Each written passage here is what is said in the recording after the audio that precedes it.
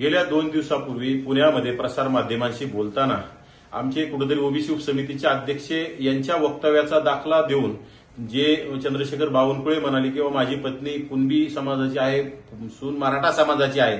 मग हे बोलत असताना कुठेतरी मराठा समाजाच्या मुली तुम्ही सुना केल्याच्या नंतर ओबीसीचे प्रश्न मांडणार नाहीत का, ही त्यांच्यावर आगपाखड करण्याच्या नादामध्ये कुठेतरी राज्यातील मराठा मुलींच्या बाबतीत जे माझ्याकडून वक्तव्य गेलं ते वक्तव्य गेल्याच्या नंतर राज्यभर खरं तर मला आत्ताच माहिती झालं की कारण काल रविवार असल्यामुळे मला हे माहित नव्हतं आणि माझं वक्तव्य मी म्हणजे आता ऐकल्याच्या नंतर आणि महाराष्ट्रामधून ट्रोल होत असताना कुठेतरी ह्या वक्तव्याचा निषेध जास्तीत जास्त प्रमाणात होत असताना ह्या गोष्टी मला आता माहीत झाल्या.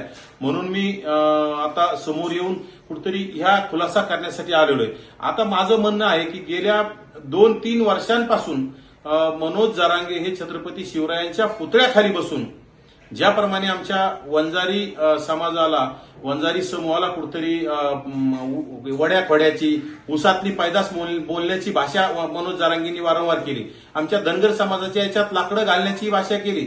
आमच्या ओबीसीचे ज्येष्ठ मंत्री नामदार छगनरावजी भुजबळ साहेब यांची आईमाई काढण्याचं काम केलं. अनेक मंत्र्यांना कचाकच घोडे लावू अशी भाषा वापरण्याचं काम केलं. मुख्यमंत्री महोदयांची आई पत्नीवर अस्लास्य भाषेत टिप्पणी करण्याचं काम केलं आणि मुंडे बंधू भगिनीविषयी नेहमी सातत्यानं अस्लास्य भाषेत शिवीगाळ करणारे मनोज जरांगे ते छत्रपती शिवरायांच्या पुतळ्याखाली बसून आणि विशेषतः मनोज जरांगे यांचं आंदोलन सुरू असताना मराठा समाजातल्या एका तरुणीनं आम्ही आरक्षण मागतोय, देवेंद्र फडणवीसांची पत्नी मागत नाही, ही भाषा केलेली चालते का? विशेषतः आता चंद्रशेखरजी बावनकुळे आमच्या ओबीसी उपसमितीचे अध्यक्ष यांच्या आईनं त्यांना गरम दूध पाजल्यामुळं कुठेतरी त्यांचे होठ मोठे झालेत. मग मनोज जरांगे आणि या खरं तर मराठा सेवक असतील आणि ट्रोलर्सला माझं विनंती आहे की कुणाच्या आईच्या उदरातून गरम दूध येतंय का हे मनोज जरांगेंनी सांगितलं पाहिजे आणि ट्रोलर्सनी बी सांगितलं पाहिजे.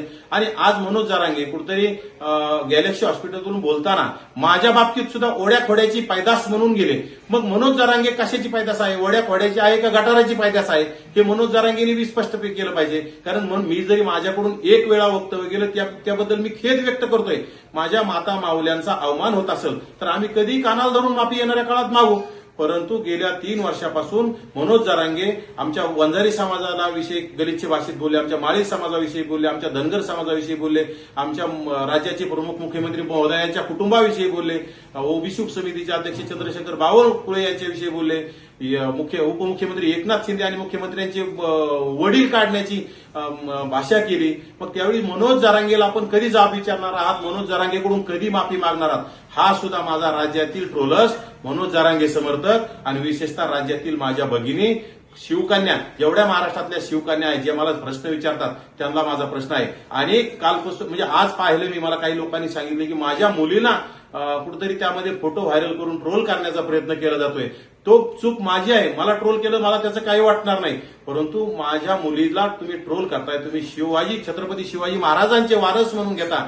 अरे आणि तुम्ही जर असं मुलींच्या बाबतीत जर असे फोटो व्हायरल करून करत असताल तर मग मनोज जरांगेच्या बाबतीत तुम्ही कसे शांत आहात? मनोज जरांगेकडून कधी तुम्ही फुले शाहू आंबेडकरांच्या विचाराच्या आहात, शिवाजी महाराजांच्या विचाराच्या आहात म्हणून घेता, मग मनोज जरांगेकडून कधी माफी मागून घेता? हे बघा, मी फुले शाहू आंबेडकरांचा, अण्णाभाऊ साठेंचा, महात्मा बसवेश्वरांचा विचारांचा वारसदार म्हणून मी मोठ्या मनाने मनोज जरांगे ज्या दिवशी माफी मागतील, आमच्या वंजाऱ्याची माफी मागतील, धनगराची मागतील, माळ्याची मागतील, आमच्या मुख्यमंत्री महोदयांची मागतील, आमच्या बावनकुळे साहेबांची मागतील, एकनाथ शिंदे साहेबांची मागतील, अनेक मंत्र्यांचे आई वडील काढले त्यांची माफी मागतील, त्यावेळी काही क्षणाच्या मी माझी मोठ्या मनाने कानाला धरून माफी मागल. परंतु ज्या मी पुण्यातून बोलून गेलोय त्याचा मला अत्यंत खेद आहे. बोलण्याची माझा कुठलाही मानसिकता नव्हती, बोलण्याच्या ओघात मी बोलून गेलो. त्याबद्दल माझ्या राज्यातील बहिणीनं कुठेतरी मला पदरात घ्यावं आणि कुठेतरी हे समजावून घ्यावं. परंतु मनोज जरांगेच्या बाबतीत सुद्धा आपण मला जसं ट्रोल केलं तसं मनोज जरांगेला सुद्धा केलं पाहिजे. आणि येणाऱ्या काळात मनोज जरांगेने माफी मागितली, मी कानाला धरून माफी मागल. आणि येणाऱ्या काळात माझ्या भगिनीविषयी माझ्याकडून कधीही अपशब्द निघणार नाहीत आणि निघण्याचा माझ्याकडून प्रश्नही नाही, आजपर्यंत सुद्धा निघले नाहीत असं माझं मी वारंवार सांगतोय. परंतु मनोज जरांगेला माझा मूळ तुम्हाला प्रश्न आहे की मनोज जरांगेला तुम्ही कधी ट्रोल करणार आहात, मनोज जरांगेला कधी जाब विचारणार आहात आणि मनोज जरांगेकडून कधी माफी मागणार आहात? त्याच्या काही क्षणात मी माझी माफी मागायला तयार आहे. परंतु मी आता खेद व्यक्त करतो आणि थांबतो.